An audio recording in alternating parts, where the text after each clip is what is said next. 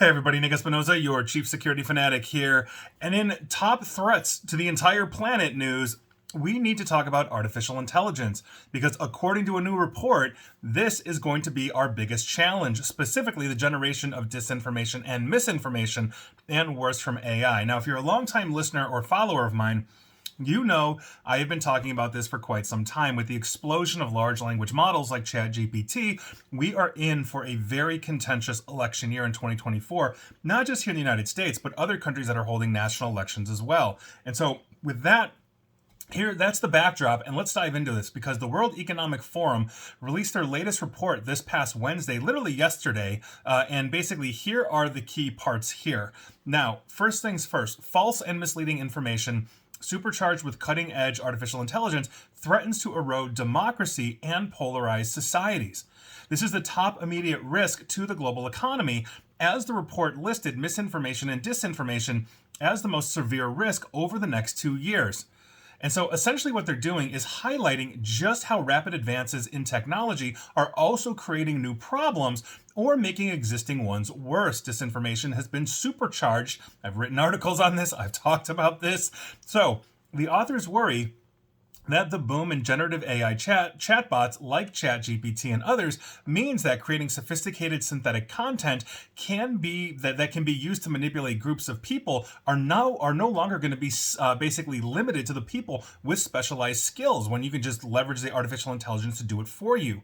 AI-powered misinformation and disinformation is emerging as a risk as billions of people in a ton of countries, including large economies like the United States, the United Kingdom, Indonesia, India, Mexico, and Pakistan, are set to head to the polls this year and next year, according to this report. Now, according to Carolina Clint, a risk management leader at Marsh, whose parent company Marsh McClellan authored the report with Zurich Insurance Group, she said, and I quote, "You can leverage AI to do deep fakes and to really impact large groups, which really drives misinformation."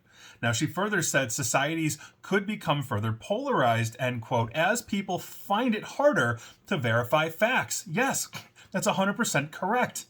Fake information could also be used to fuel questions about the legitimacy of elected governments. Yes, we've seen that too. Quote, which means that democratic processes could be eroded, and it would also drive societal polarization even further, again, according to Ms. Clint. And yes, she's 100% correct. This is exactly what we're talking about. I literally wrote an article where I had ChatGPT write the opening of the 2020 paragraph about the 2028 presidential candidate, and I'm not even touching 2024, that basically had demonstrably false information, and write a news article for me, and it filled in the blanks. You can actually go read that article. Now, the rise of artificial intelligence brings a host of other risks, according to her. It can, quote, empower malicious actors, end quote. And yes, we've talked about this too, by making it easier to carry out cyber attacks, such as automating phishing, developing more advanced malware. We've literally been able to make ChatGPT create malware for us,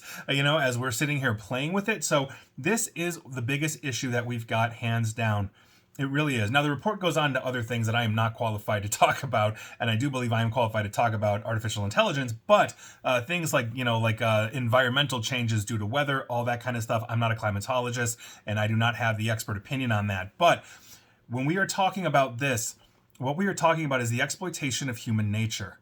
And that is something I talk about quite a bit here because that's essentially what hacking is. It's the exploitation of trust, whether it's trust in a system that keeps you safe, whether it's trust that the software is up to date, whether you really do trust Prince Mbutu from Nigeria who needs help with his revolution. It comes down to trust.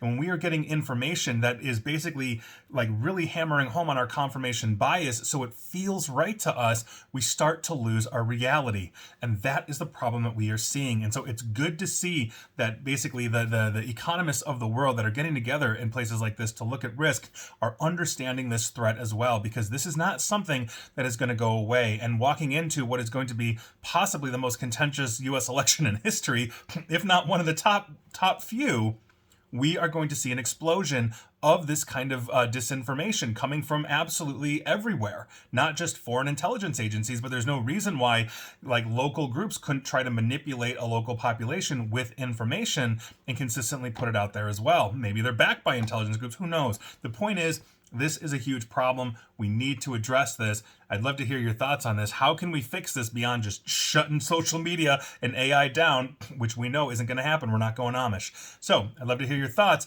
and that is your news of the day. And please like, share, follow me here on Facebook and Twitter at NickAESP. And please feel free to subscribe to me at YouTube as well. And as always, stay safe, stay online. Please attempt to stay private. And please, please, please make sure you legitimately fact check and don't just Google. Take care.